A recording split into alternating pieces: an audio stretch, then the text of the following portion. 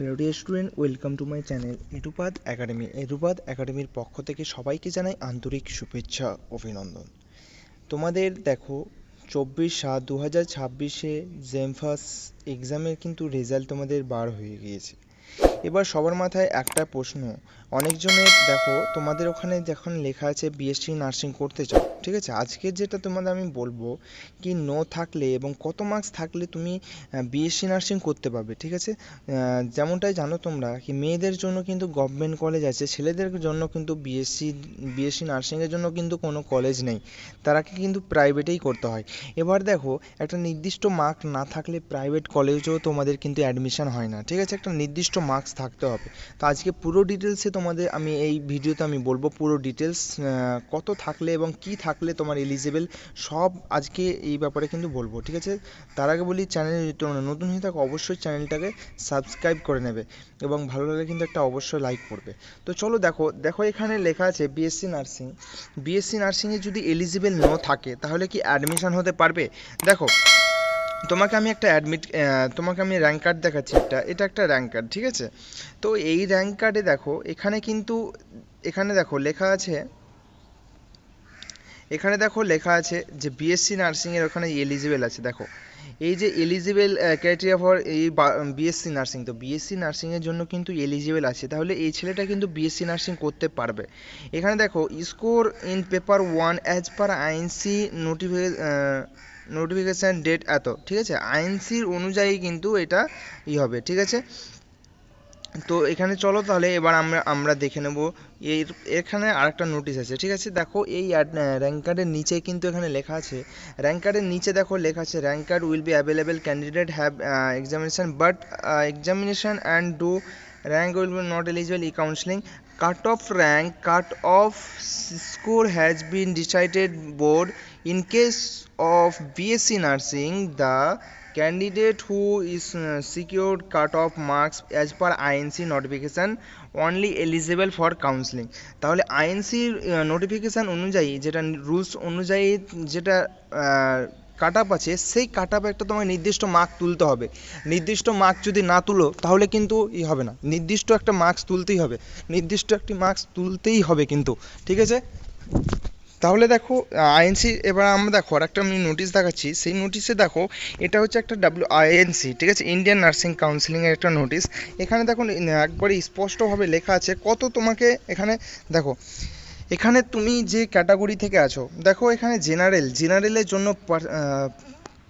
50% কিন্তু পেতে হবে, ঠিক আছে। এবং দেখো জেনারেল পিডাব্লিউডির ক্ষেত্রে 45% পেতে হবে। SC ওবিসিদের জন্য কিন্তু 40% পেতে হবে। এবার 50%, 45% এবং 40% কত হয় সেটা দেখো তোমাদের র্যাঙ্ক কার্ড এখানে লেখা আছে, ঠিক আছে। তো তোমরা এখানে দেখতে পাচ্ছ কি 50% হচ্ছে তোমার 27.75, ঠিক আছে। তাহলে তুমি যদি জেনারেল হয়ে থাকো তাহলে এই মার্কসটা তোমাকে কিন্তু এলিজিবল, এই মার্কসটা কিন্তু তোমাকে লাগবেই, না হলে তুমি বিএসসি নার্সিং করতে পারবে না। আর একটা উপায় আছে, সেটা আমি লাস্টে তোমাদের বলছি, আগে এটা আগে শুনে নাও ভালো করে, তারপরে আমি বলছি তোমার আর একটা উপায় আছে। তুমি যদি একটা দেখো আর এবং 45% হচ্ছে তোমার 26.33, ঠিক আছে। এবং তোমার দেখো 40% হচ্ছে 24.83, তাহলে ওবিসি থাকলে তোমাকে 24.83 লাগছে, ঠিক আছে। পিডব্লিউ থাকলে দেখো এখানে as per INC notification PWD এর জন্য 45% লাগছে, তাহলে 45% 26.33, ঠিক আছে, 26.33, এবং জেনারেল ক্যাটাগরির জন্য 27.7, ঠিক আছে। তাহলে এটা হলো একটা নির্দিষ্ট একটা ক্রাইটেরিয়া মার্ক। এবার দেখো এর আগের বছর কিন্তু, ঠিক আছে, 2024 কিন্তু দেখো 2024 ভর্তি কিন্তু হয়ে গেছে, তখন যদি নো লেখা ছিল তখনও কিন্তু প্রাইভেট কলেজে ভর্তি হয়ে গিয়েছে, ঠিক আছে। এবার প্রাইভেট কলেজে কিন্তু ভর্তি হয়ে গিয়েছে, কিন্তু 2025-এ যাদের এলিজিবল একটা মার্কস দিয়েছিল, ঠিক আছে, 2024-এ দেখো ভর্তি হয়েছে বলতে একটা এলিজিবল মার্কস করেছিল 20 পয়েন্ট সামথিং লাগবেই, মাস্ট লাগবেই, তবেই কিন্তু বিএসসি নার্সিংয়ের ছেলেরা অ্যাডমিশন হতে পারবে প্রাইভেট কলেজে। কিন্তু 25-এ দেখো, 25-এ যে কাউন্সিলিংটা হয়েছে তোমাদের অ্যাজ পার আইএনসি নোটিফিকেশান অনুযায়ী যেটা দেওয়া আছে কাট অফ, সেই কাট অফ অনুযায়ী কিন্তু হয়েছে, ঠিক আছে। 2025-এ দেখো অনেকজন অ্যাডমিশন নিয়েছিল ছেলেরা, ঠিক আছে, প্রাইভেট কলেজে, কিন্তু রেজিস্ট্রেশন হয়নি, রেজিস্ট্রেশন ক্যান্সেল হয়ে গিয়েছে। তার জন্য বলছি দেখো, আর আরেকটা তোমাদের উপায় আছে আমি বললাম, সেটা হলো তুমি যদি নিট দিয়ে থাকো, ঠিক আছে, তুমি যদি নিট এক্সাম দিয়ে থাকো তাহলে কিন্তু তুমি directly eligible for BSc nursing, ঠিক আছে, প্রাইভেট কলেজ। ছেলেদের কিন্তু কোনো গভর্নমেন্ট কলেজ নেই বিএসসির জন্য, এটা কিন্তু মাথায় রাখবে। তুমি কিন্তু এলিজিবল প্রাইভেট কলেজের জন্য, ঠিক আছে।